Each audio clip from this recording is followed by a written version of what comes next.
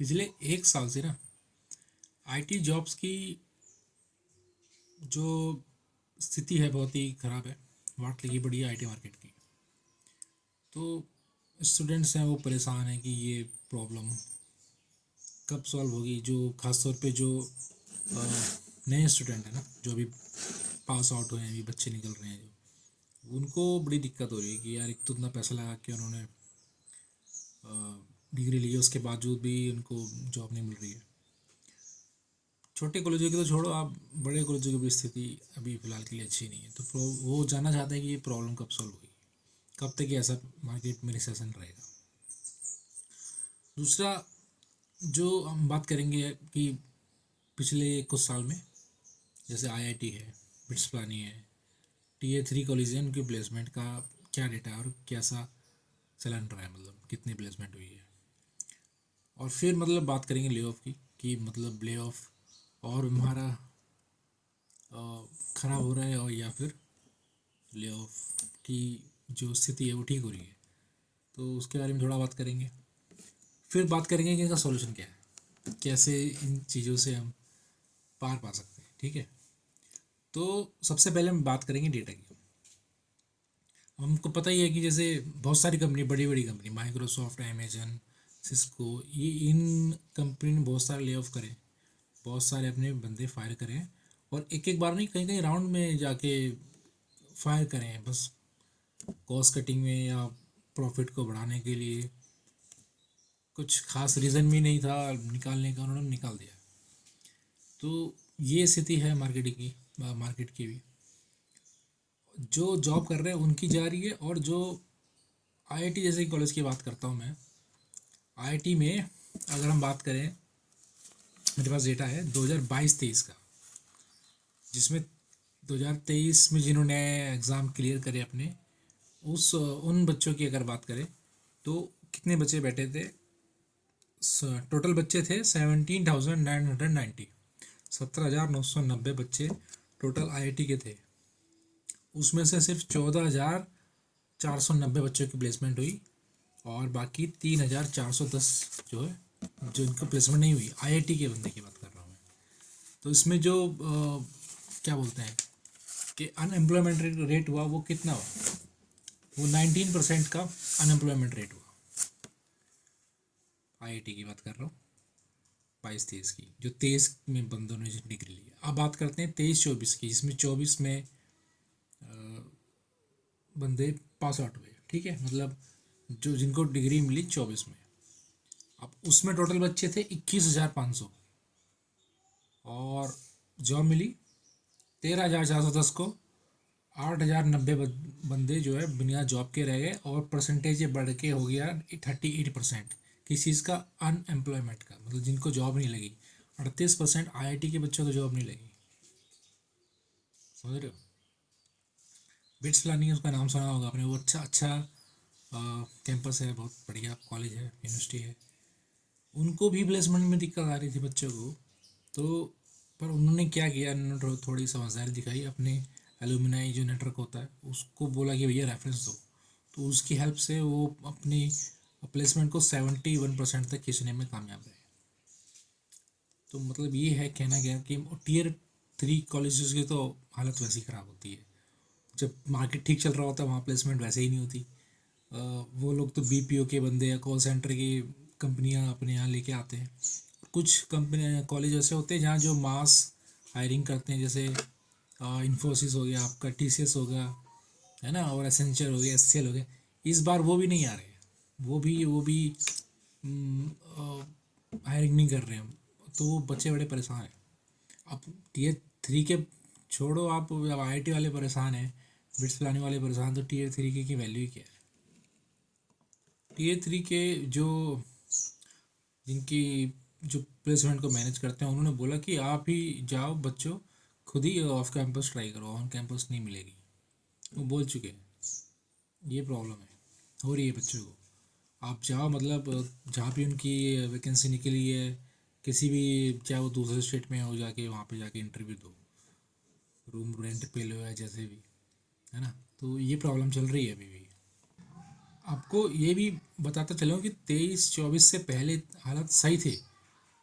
आप ने बहुत सुना होगा कि बंदे को इतना का पैकेज मिल गया, उतने का पैकेज मिल गया। तो कंपनियां जो थी ना, कंपनियां वो क्या कर रही थी कि ओवर हायरिंग कर रहे थे। इनको ज़रूरत नहीं थी लेकिन उनको भी फिर भी हायरिंग कर रहे थे वो लोग, कोविड के टाइम पे या कोविड के बाद। और बहुत अच्छे पैकेज पे कर रहे थे, जितना मार्केट में पैसा मिलना चाहिए कैंडिडेट को उससे ज़्यादा पे हायरिंग कर रहे, हायरिंग उस टाइम पे हो रही थी। और एक और चीज़ ये है, पहले बहुत सारी कंपनियां क्या करती थी कि परमानेंट जॉब दे देती थी। मतलब ऐसे आपकी हायरिंग होगी कैंपस में, आपको जॉब मिल गया, ऑफर लेटर मिल गया। लेकिन अभी इंटर्नशिप के लिए आपको बोलेंगे 6 महीने आप वहाँ पे ट्रेनिंग करो, उनको लगेगा कि बंदा ये सही है तो ही वो आपको रखेंगे, वरना निकाल देंगे, है ना। तो वो नहीं चाहते कि कोई गलत कैंडिडेट वो हायर कर ले और अ, उनका नुकसान हो। लेकिन क्या सारी चीज़ें ख़राब ही हो रही हैं, कुछ अच्छा भी हो रहा है? तो मैं आपको बताता चलूँ, मैंने अपनी कंपनी के एचआर और अपने दोस्तों की कंपनी के एचआर से या और एक रिपोर्ट पढ़ी, उसमें लिखा था और जो कंक्लूजन मैंने निकाला है कि प्लेसमेंट हो रही है, बढ़ रही है, कंपनियां हायर कर रही हैं। लेकिन वो क्या है कि पहले से ज़्यादा कॉन्शियस हो गई हैं। वो कंपनियां अब किसी को भी हायर नहीं कर ले रही हैं, उनको एक राइट कैंडिडेट मिल रहा है तो ही वो हायर कर रही हैं। मतलब इसका मतलब वैकेंसी है, आपको स्किल बढ़ानी है, आपको जॉब लगनी ही लगनी है। अब पहले क्या होता था कि आप प्लेसमेंट अगर ऑन कैंपस हो रही है, आपने कुछ गिने चुने क्वेश्चंस प्रोग्रामिंग के कर लिए और एप्टीट्यूड, रीजनिंग, इंग्लिश थोड़ा कर लिया, आपकी प्लेसमेंट हो जाती थी। लेकिन अभी ऐसा नहीं हो रहा है। कंपनियों को अच्छे बंदे चाहिए ताकि उनके जो क्लाइंट्स हैं जिनके लिए वो काम करते हैं वो जाए ना, उसके लिए वो एक्स्ट्रा पे करने के लिए भी तैयार है। मतलब कैंडिडेट कम हायर कर रहे हैं, उस कैंडिडेट को ठीक पैसा दे रहे हैं, पर वो नहीं चाहते कि क्लाइंट उनका नाराज हो। तो थोड़ा मुश्किल जॉब हो गया, लेकिन जॉब है मार्केट में, ठीक है, बढ़ रही है धीरे धीरे। अब बात करते हैं ले ऑफ की।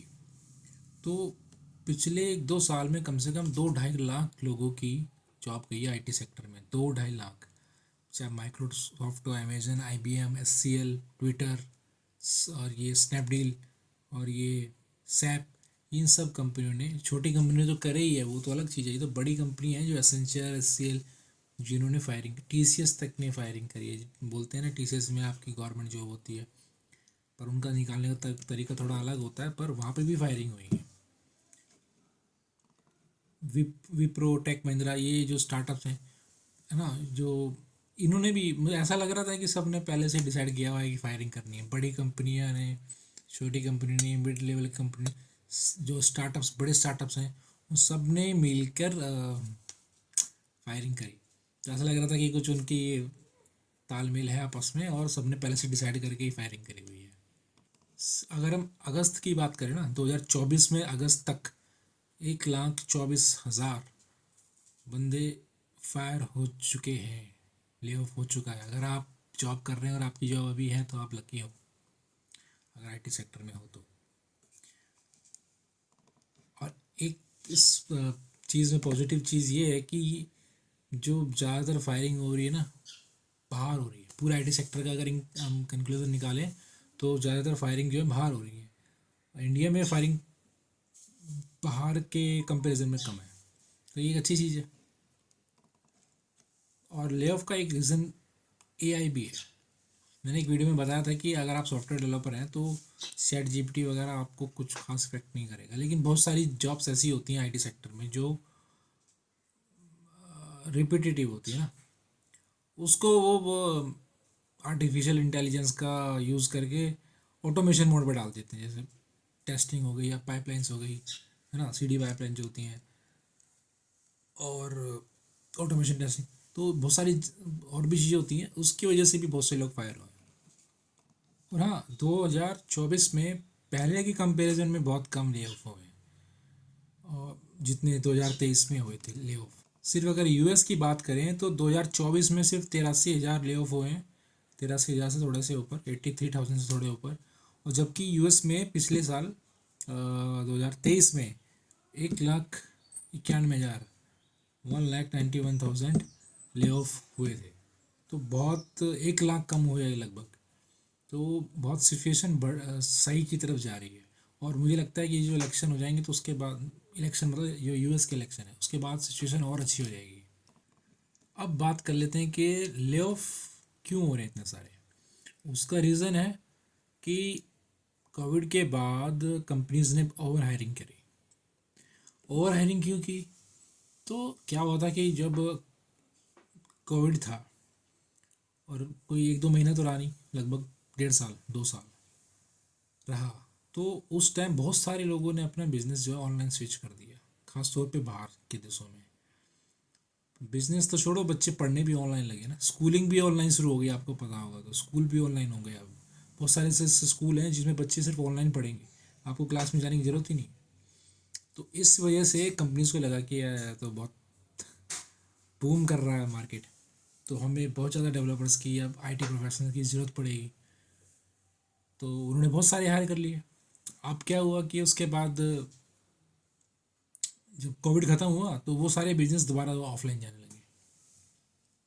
दोबारा लोगों ने ऑफलाइन जाना ही प्रेफर करा, और ये जो मार्केट था सस्टेन नहीं कर पाया ना, जो जितने भी एक्स्ट्रा लोग ऑनलाइन आ गए थे कोविड की वजह से वो सब चले गए, तो मार्केट सस्टेन नहीं कर पाया। अब उनके पास जो कंपनीज थी जो उन्होंने ओवर हायरिंग करी थी वो गड़बड़ हो गई, अब उनको वो ठीक करनी है, तो कुछ तो करना पड़ेगा ना उसके लिए। तो उसके लिए वो ले ऑफ कर रहे हैं कॉस्ट कटिंग के नाम पे। इसके अलावा जो एक्स्ट्रा उन्होंने हायरिंग करी, उसके अलावा एक और रीज़न है ले ऑफ्स का, वो है प्रॉफिट दिखाना। जो इन्वेस्टर हैं उनका प्रेशर था कंपनी पे कि प्रॉफिट लाओ। तो कंपनीज को क्या, उन्होंने क्या करा, उनको उनको प्रॉफिट दिखाना था, तो उन्हें बिजनेस में प्रॉफिट आए ना आए, लेकिन उन्होंने बंदों की जॉब ले ली, जिससे उनको काफ़ी पैसा मिला, बचा उनका, है ना। आप सोचो, एक 25 लाख रुपए का बंदे का पैकेज है, उसको 25 लाख रुपए बच रहे हैं एक बंदे से। अगर 10 बंदे गए तो कितने हो गए, 250, है ना।